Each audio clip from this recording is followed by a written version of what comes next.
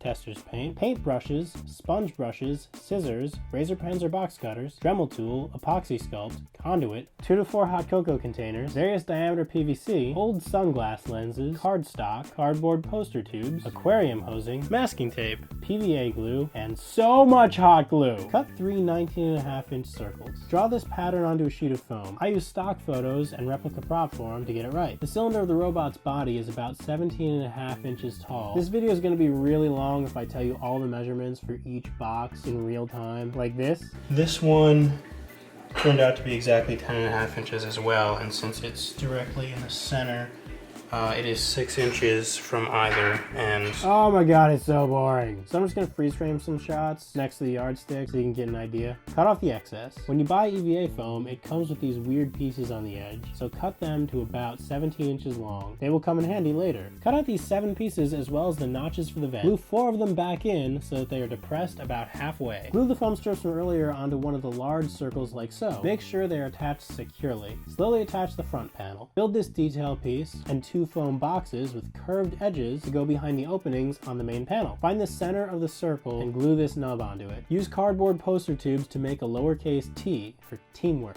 Glue the center tube in place, then slide the larger shoulder tube over it. Find a way to hold it in place until you can make the supports. Make more foam supports and then attach the second large circle to the top. Use a wooden dowel for the robot's neck and make sure it fits inside the cardboard tube loosely. You may want to hold off on attaching the top circle until you make the box for the chest arm, but really it's up to you. I made the chest arm out of PVC and an old contact lens solution bottle. Also tons of foam circles. I built the arm to have full articulation, but I didn't follow the reference photos and ended up having to change the claw hand a little later on. So just ignore that for right now. This is what the pattern on the back panel looks like. Both the front and back panels are 17.5 inches by 22 inches. In order to make all the little rivets, I took apart a pen and rotated it on the foam, pressing down until it dug in and cut into the foam. Cut out this little hexagon and these 2 semicircles. Glue them back in, half to press, same as before. Slowly glue on the back panel like you did with the front panel. I cut out that little vent in the back panel with a knife and narrow Dremel bit. I forgot to film it, but I also attached this small piece of EVA foam to the back that I'd later paint orange. I'm using the diamond pattern foam, by the way, because it's easier to cut and bend than the other kind, which I ended up using for the legs because it's sturdier. I put a ton of scrap foam in here for support. Oh, look at the bubbles in the background! Cut and attach these 2 side panels. Now for the head. Use the third giant circle as the base of the head. Cut a 15-inch circle for the top of the head. Glue it on top. Cut these supports. Glue them in place. Attach the front faceplate. This particular robot has arms inside its head, so I made 2 more arms out of PVC and a Renew bottle. I attached them to the base of the head using these 2 widths of PVC that would fit inside each other so that the arms could swivel. Also, I cut 3 eye holes. I used cardstock to make these cones for the forearm. This one had an internal support structure of PVC. These are the claws. Oh my god, he's got little hands. It's awesome. The periscope is tricky. Cut a hole in the top of the head using the inside of a roll of duct tape as a guide. Save the circle and cut another larger circle. Make this box and attach it to the bottom of the circle. Then attach a piece of PVC. Use more PVC to create the telescopic lens housing. Attach the other end of the PVC to the larger circle inside the head. That circle is held in place with tension from foam braces. I made this detail piece out of foam and PVC while watching Stargate. Yeah, I can say Stargate in a video without fear of getting sued. I made this panel to be haphazardly attached to the front of the chest plate. I glued it in place and cut more rivets. I used PVC and old sunglass lenses for eyes. I attached the panel to the back of the head. I kind of messed it up, so I'd have to go back and fix it later. I glued this rim along the base to make the head turn easier. I glued these cardboard circles to the bottom of the arm base between the rim and the head to keep the arms in place. Don't forget to Dremel away all the imperfections during this process. Now for the legs. Cut 4 pieces like this, some rectangles measuring 6 by 13 inches. I traced a 10-inch dinner plate to get the oval shape. I cut a 2.5-inch wide strip for the top of the right leg. I glued all that together. Okay, now you don't need to do this, but I filled the legs with extruded polystyrene wherever I could in order to strengthen them. I did this because they need to support the entire weight of the robot. I continued to build up the right leg until it was done. The left leg was trickier. The backstory of this robot is that it was built from mismatching spare parts. That's why it has 2 different legs. I think this is great because if you make a mistake, you just say, oh, it's battle damage, and yeah,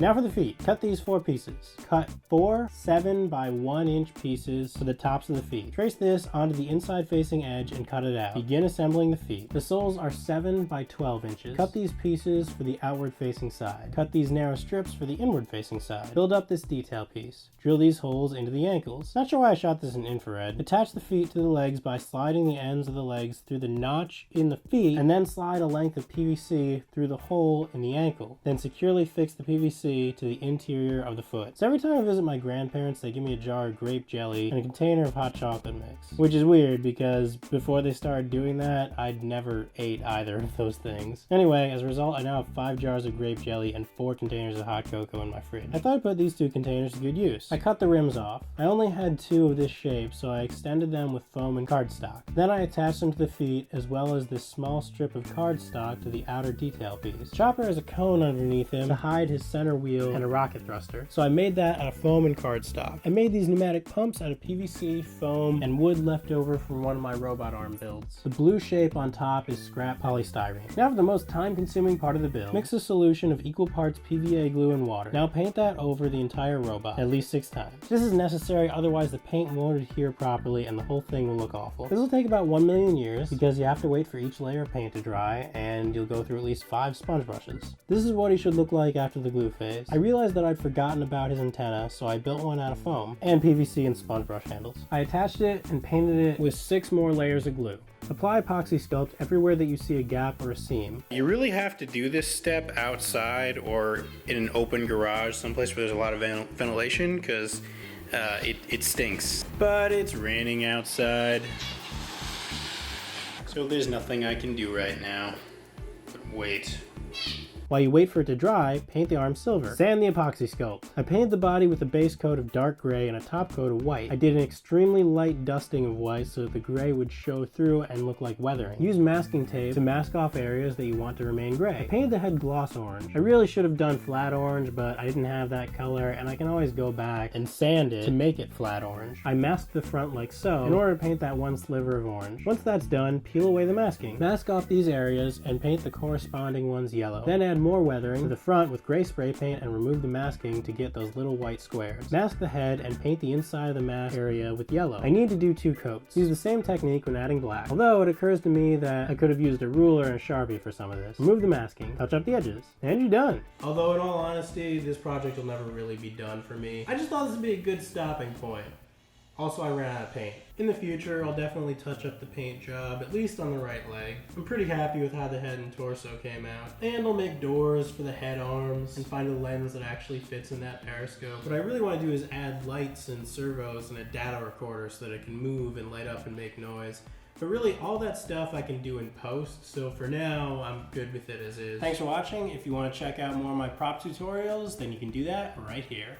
By the way, real quick, forgot to mention, I also sell bottle cap pins on Etsy. They're sci-fi themed, so there'll be a link to that in the description if you want to check those out. You can buy them or not, you know, whatever, free will, it's a thing. But it'd be cool if you did, because then I could spend more time making awesome prop tutorials as opposed to going out and getting a real job. Alright, that's it. See you later.